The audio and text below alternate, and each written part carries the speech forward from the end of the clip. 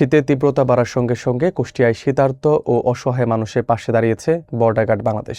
Kushtia battalion ৪৭ বিজিবির উদ্যোগে জেলার বিভিন্ন দায়িত্বপূর্ণ এলাকায় শীতবস্ত্র বিতরণ করা হয়। এই মানবিক কর্মসূচির মাধ্যমে শীতার্ত মানুষের মাঝে স্বস্তি ফিরিয়ে আনার চেষ্টা করা হয়েছে। বিস্তারিত থাকছে মোহাম্মদ মঞ্জুরুল ইসলামের প্রতিবেদনে। শীতের তীব্র দাপটে যখন কুষ্টিয়া সহ দেশের বিভিন্ন অঞ্চলের জনজীবন বিপর্যস্ত, তখন মানবিকতার উষ্ণ বার্তা নিয়ে শীতার্ত দুস্থ ও অসহায় মানুষের পাশে দাঁড়িয়েছে কুষ্টিয়া ব্যাটালিয়ন ৪৭ বিজিবি। বুধবার ১৭ ডিসেম্বর বিকেলে কুষ্টিয়া ব্যাটালিয়ন সদরে আয়োজিত এক মানবিক কর্মসূচিতে দরিদ্র ও অসহায় মানুষের মাঝে কম্বল বিতরণ করা হয়।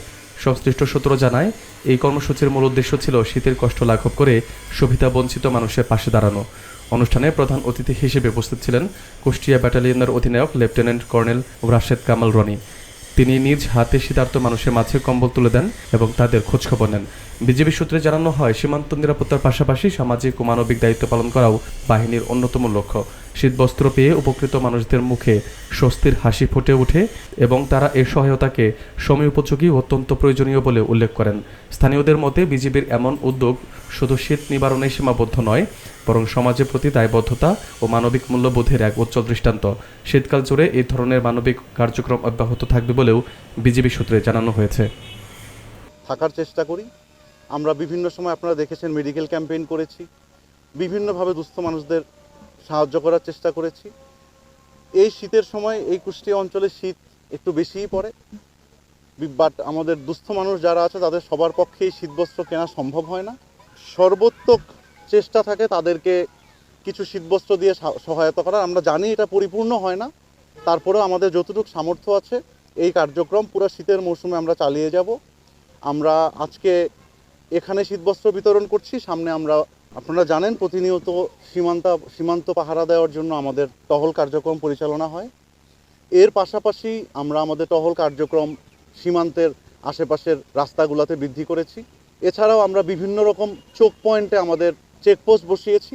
যেই গাড়িগুলিকে আমাদের সন্দেহ হয় আমরা সেখানেই চেক করি এবং আমরা মোটামুটি নিশ্চিত করার চেষ্টা করছি যে এই অ্যাটলিস্ট কুষ্টিয়া সীমান্ত দিয়ে কোনো অনুপ্রবেশকারী ভিতরে প্রবেশও করতে পারবে না এবং কোনো দুষ্কৃতিকারী আমাদের বাংলাদেশ ত্যাগ করে বেরোতে পারবে না। আমরা ইনশাল্লাহ তাদেরকে গ্রেফতার করতে সক্ষম। এখন পর্যন্ত আমাদের কাছে যেই ইনফরমেশন আছে, এই সীমান্ত দিয়ে এখন পর্যন্ত কেউ কোনো দুষ্কৃতিকারী পাশের দেশে বা অন্য কোনো জায়গায় পালিয়ে যাওয়ার চেষ্টা করেনি। আমরা সেই জন্য আরও সতর্ক অবস্থায় আছি।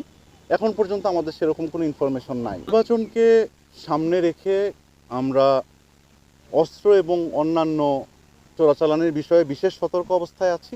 এখন পর্যন্ত আসলে এই কুষ্টিয়ার সীমান্ত দিয়ে বা মেহেরপুরের গাংনীর সীমান্ত দিয়ে যে খুব বেশি অস্ত্র এসেছে সেরকমও না। এখানে আমরা আনুমানিক 25টার বেশি অস্ত্র এখন পর্যন্ত উদ্ধার করেছি। অস্ত্রের বিষয়ে আমাদের জিরো টলারেন্স নীতি সবসময় অব্যাহত আছে এবং থাকবে।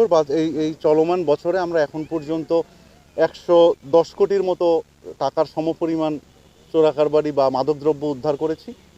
এছাড়াও আমরা আনুমানিক 25টার মতো অস্ত্র উদ্ধার করেছি। যতটুকু শোনা যায়, মানে আপনাদের কাছ থেকে আমরা যতটুকু শুনি, অন গ্রাউন্ডে বা বাস্তবতায় আমরা আসলে ততটুকু দেখছি না।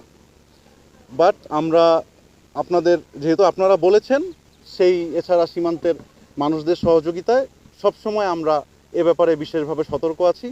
আমরা রেগুলার আপনারা দেখবেন গণসংযোগের কাজও বাড়িয়েছি, যাতে সীমান্তের মানুষ আমাদেরকে সহায়তা করে এবং যে কোনো ধরনের সীমান্ত রিলেটেড যে কোনো ধরনের অপরাধ আমরা দমন করতে সক্ষম। পাশের দেশের সীমান্তরক্ষী বাহিনীর সাথে আমাদের রিলেশনটা সম্পূর্ণই প্রফেশনাল।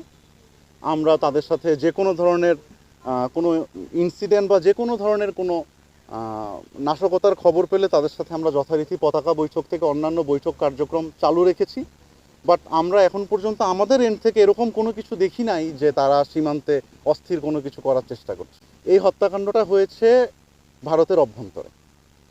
যাকে হত্যা করা হয়েছে বা যাকে বিএসএফ কর্তৃক গুলি করা হয়েছে, শান্ত নামের ছেলেটা, সে আসলে ভারতের অভ্যন্তরেই প্রবেশ করেছিল, অবৈধ অনুপ্রবেশ।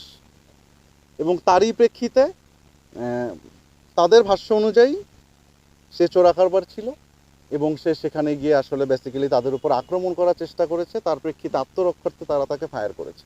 বাট এটা কিন্তু সীমান্তে হয়নি, এটা হয়েছে ভারতের অভ্যন্তরে। সো আমি আমাদের এই কুষ্টিয়া মেহেরপুর এই সীমান্তে এখন পর্যন্ত আসলে সীমান্ত হত্যার বিষয়ে আপনারা যেভাবে সীমান্ত হত্যা বলেন বিষয়টা আমি দ্বিমত পোষণ করি। সীমান্তের অখণ্ডতা রক্ষা এবং চোরাকারবারি প্রতিরোধ করা, সেই কাজের জন্য আপনারা আমাদেরকে তথ্য দিয়ে সহায়তা করবেন এই আশা করছি। এবং আপনারা এটুকু নিশ্চিত থাকতে পারেন আমাদের পক্ষ থেকে যতটুকু সহায়তা করা সম্ভব আমরা আপনাদেরকে বিভিন্নভাবে সহায়তা করবো। আমরা মেডিকেল ক্যাম্পেইন করব, আমরা এই এখন শীতবস্ত্র দিচ্ছি, সামনে আরো দিব।